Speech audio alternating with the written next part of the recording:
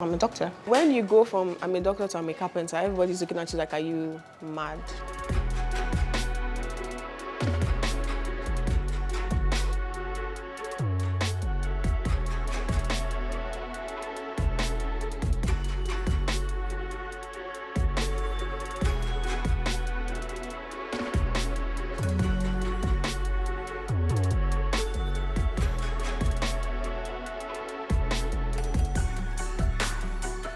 I went to medical school long time, graduated top of my class, so I'm a doctor.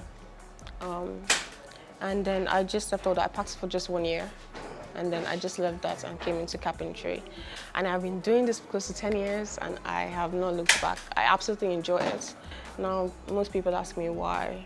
Because I enjoy it. I have been exposed to this almost throughout my life. My father is an architect, but he loves woodwork. He's always done this. He's been doing this for, 40 years? But you know how the African system is. My parents are pretty open people, but it was still go to school, get an education. Then, when you come out, we can think about this, we can talk about it. But how it started was, it was pretty much a fight between me and my mom. So, it's like, oh no, because I had already gotten offers from top hospitals in Lagos. So my mom, I was like, look, I really don't want to do this anymore. And she was saying that why, I should go and I should help people. And I'm like, look, I want to help out here. And then, of course, I told you my father has always been doing this, this is his passion. So I told him, my father is a little more open. I know my mom is going to see this, but we have to be honest. My father is a little more open to this, and then he's like, okay, Gino, come and help me.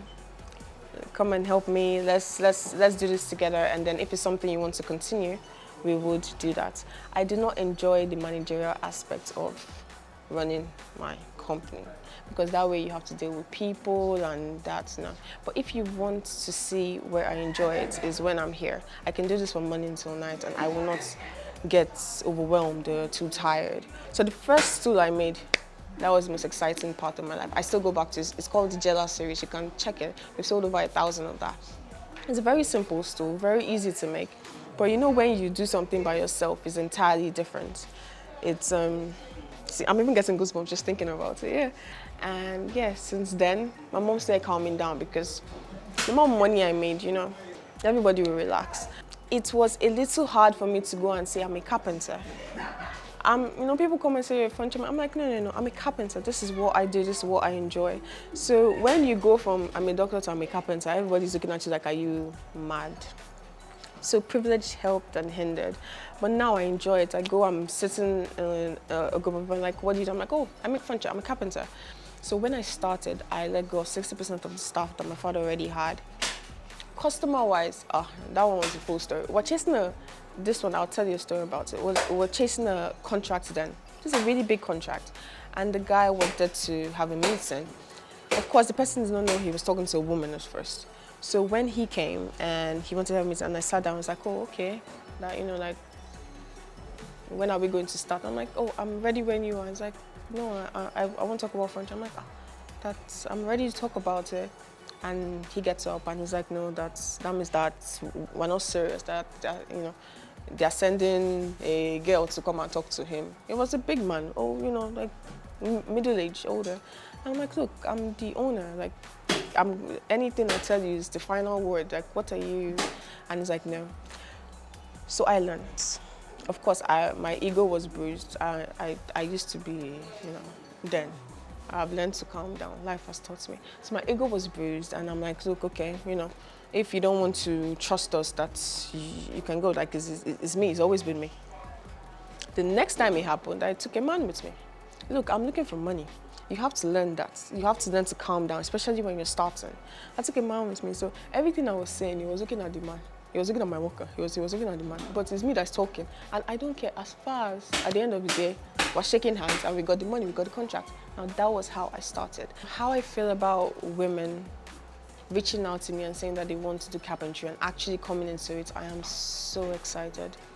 There's this story of this woman. She sent a message on Instagram saying that, look, she saw a video of me, and she's like, she wants to go into carpentry, but her husband said no. This was 4 years ago. This woman now has a carpentry shop in Port Harcourt. Her husband follows her to site. So when I see girls that actually come and they stay, now one of the people that have stayed is Adiola. She's wearing our logo. I am a 300 level student of technology education at Unilag, and I've currently been interning here for the past 3 months. I joined because I wanted to make good use of the time. What struck my interest is basically because I need to intern at either a woodwork firm or a building firm in order for me to complete my program. So I'm just here to, and I actually find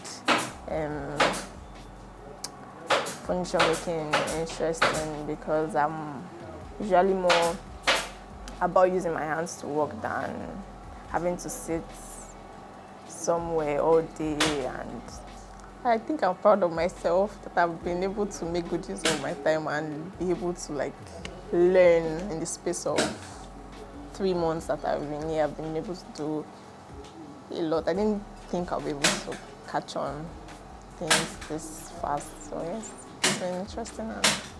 So we usually have good clients, then maybe this client hits the chair against the wall or jumps or something, breaks something, and then the clients will come and lie that it just crumbled. But then work has told me that you have to find a way to still make this client happy. So the good part of carpentry, let's talk about the good parts. You make a diverse amount of people happy. There's a lot of exposure. So the clients are happy, your workers are happy, even you meet, when I decide to go on deliveries, you meet different kind of people that, like, carpentry is not like this, you meet so many kinds, you meet the highs, the lows, the ups, the downs, and yeah. We usually deliver within 10 working days. Now, it doesn't mean that your item takes us 10 days to make. It's just that irrespective of whatever we get, we would deliver within 10 working days.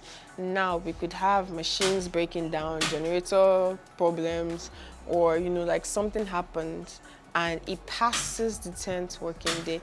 This is rare, but it happens.